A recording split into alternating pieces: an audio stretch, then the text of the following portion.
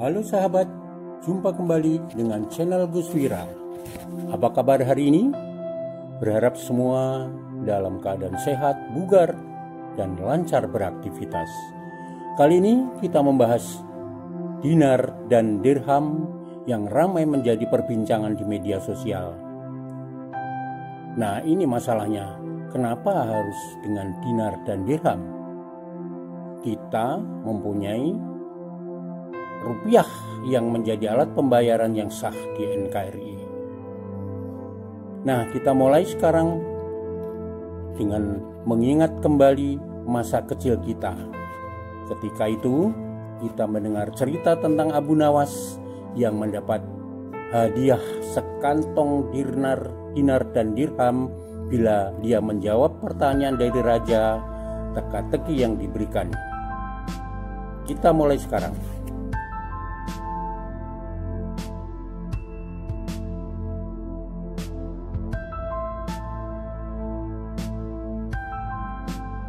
Dinar adalah koin emas yang berdasarkan hukum syariah Islam adalah merupakan emas murni dengan berat 1 mitskol atau setara dengan 1/7 troy ounce.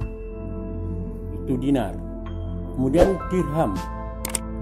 Dirham berdasarkan ketentuan OMS yaitu Open Mitskol Standard terbuat dari perak murni dengan berat 1/10 troy ounce atau setara dengan 3,11 gram. Transaksi menggunakan dinar dan dirham beberapa waktu yang lalu ramai diperbincangkan di medsos. Transaksi ini diketahui terjadi di beberapa pasar kota-kota besar seperti di Depok, Bekasi, dan DIY, daerah istimewa Yogyakarta. Disebut pasar, apa memang seperti pasar? Bukan. Disebut pasar walaupun ada yang berupa toko dan kafe. Lalu bagaimana pendapat Bank Indonesia? BI menyatakan rupiah adalah satu-satunya alat pembayaran yang sah di Indonesia. Untuk itu diingatkan agar warga masyarakat tidak menggunakan alat pembayaran selain rupiah. Dinar dan dirham dan bentuk-bentuk lain selain rupiah bukan merupakan alat pembayaran yang sah di seluruh wilayah NKRI. Demikian kata Direktur Eksekutif Bank Indonesia Erwin Haryono kepada cnnindonesia.com.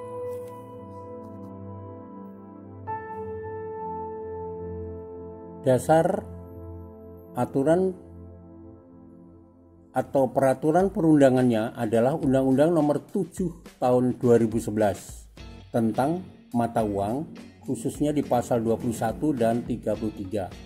Ancaman hukumannya adalah bagi sesiapa yang tidak menggunakan rupiah dalam bertransaksi dapat dijatuhi sanksi pidana kurungan atau penjara paling lama 1 tahun dan atau denda maksimum 200 juta rupiah.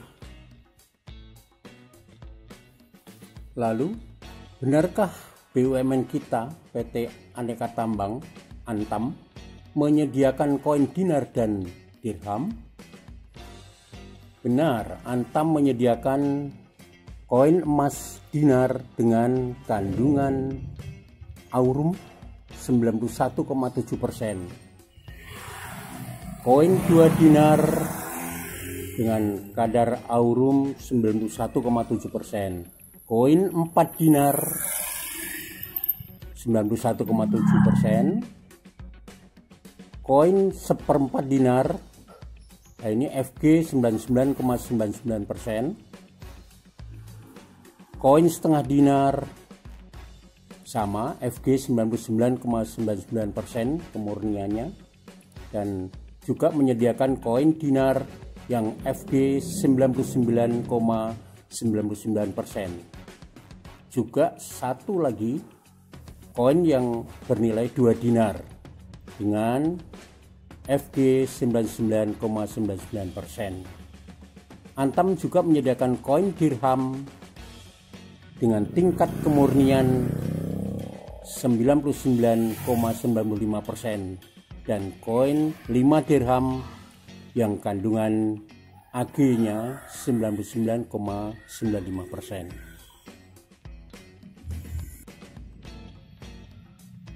PT Antam menyediakan dinar dan dirham biasanya digunakan untuk membayar zakat, alat investasi, simpanan, dan mahar. Beberapa pasar, khususnya pasar muamalah, menyediakan produk-produk yang dapat dibayar dengan dinar dan dirham seperti pakaian, kaos-kaos, makanan, minuman, hingga beras. Di pasar ini tidak menggunakan mata uang rupiah. Menanggapi berita itu, BI memberi peringatan keras. Beberapa hari terakhir viral video lama tentang penggunaan dinar dan dirham di Depok. Setelah itu muncul pembahasan di medsos. Ujar Direktur Eksekutif Bank Indonesia Erwin Haryono kepada media pada tanggal 28 Januari 2021. Diingatkan agar masyarakat berhati-hati dan menghindari penggunaan alat pembayaran selain rupiah sebagai mata uang resmi di NKRI. Ini kami tunjukkan lokasi yang sebenarnya yang berada di Jalan Tanah Baru Raya, Beji, Depok.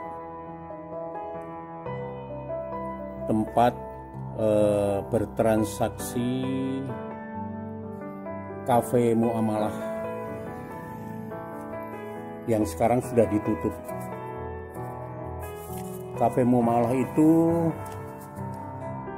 merupakan kafe muamalah yang ingin kita jelaskan di sini, yang digawangi, yang dipikirkan awalnya oleh petarung wirausaha yaitu Zain Saidi di Depok. Tentu dia berharap bisnis syariahnya akan viral dan menghasilkan keuntungan. Sayangnya dia kurang membaca peraturan perundangan berkait dengan alat pembayaran yang sah di Indonesia, sehingga bisnisnya terhenti dan bahkan